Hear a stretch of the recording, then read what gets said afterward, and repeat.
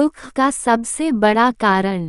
एक आदमी ने अपने जीवन भर पाए इकट्ठा करके एक बंगले की तरह आलीशान घर बनाया। इस घर पर उस आदमी को बहुत ज्यादा मोह था। वह घर की जी जान से देखभाल करता था। छोटी मोटी प्रॉब्लम आए तो उसे तुरंत दुरुस्त करता था। कई बार लोगों ने उसे उस घर को बेचने की सलाह दी थी। बहुत लोगों ने उसे बहुत अच्छी कीमत पर उस घर को मांगा भी था।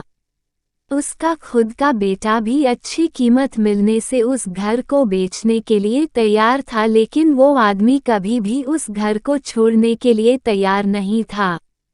उसे जीवन में किसी भी और वस्तु से ज्यादा इस घर पर गर्व था, अभिमान था। एक दिन वो आदमी बाजार गया हुआ था। जब वह बाजार से लौटा तो उसने देखा कि उसके घर के सामने बहुत बड़ी भीड़ जमा है। वह दौड़ते हुए आया तो उसे बहुत बड़ा आघात लगा, क्योंकि उसके घर में आग लग चुकी थी। अपने सबसे प्यारे घर को ऐसे आग में जलते हुए देखकर वह अधमरा सा हो गया। उसे समझ में नहीं आ रहा था कि वह क्या करे। उसने निर्णय लिया कि अगर उसका घर नहीं रहेगा तो वह भी नहीं रहेगा। वह भी उसी जलते हुए घर में अपनी जान दे देगा।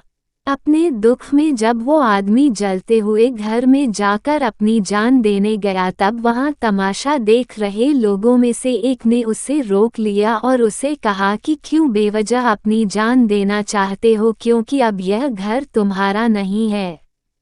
एक दिन पहले ही तुम्हारे बेटे ने इस घर का सौदा किसी के साथ कर दिया था। जैसे ही उस आदमी को इस बात का पता चला, उसका सारा दुख खत्म हो गया। अब वह आदमी भी वही बाकी लोगों की तरह खड़े होकर उस घर के जलने का तमाशा देखता रहा। जब वहां पर उस आदमी का बेटा आया तो वह आदमी अपने बेटे के पास जाकर उसे कहने लगा, जरूर मैंने पिछले जन्म में कई पुण्य किए होंगे, इसलिए मुझे तुम्हारे जैसा बेटा मिला। अगर तुमने इस घर को सही समय पर बेच ना दिया होता तो आज मेरी जान चली जाती। तुमने इस घर को सही समय पर बेचकर मेरी जान बचा ली बेटा। बाप की बातें सुनकर बेटे का मुंह उतर गया। उसने बड़े दुख के साथ कहा कि पापा, मैं इस घर का सौदा करने के लिए जरूर गया था, लेकिन अभी इस घर का सौदा पक्का नहीं हुआ था।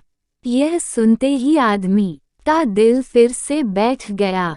वह अपना सर और छाती पीट कर रोने लगा और कहने लगा कि मैं बर्बाद हो गया।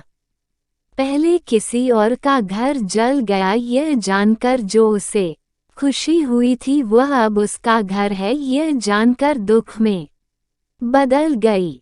दोस्तों, इस कहानी से हम बहुत अच्छी तरह से समझ सकते हैं कि दुख का कारण किसी भी चीज को अपना मानना होता है। जब कोई चीज अपनी है और वह हमें छोड़कर जाती है तो बहुत दुख होता है, लेकिन अगर वह चीज किसी और की है और उसके साथ कुछ भी हो जाए तो हमें दुख नहीं होता।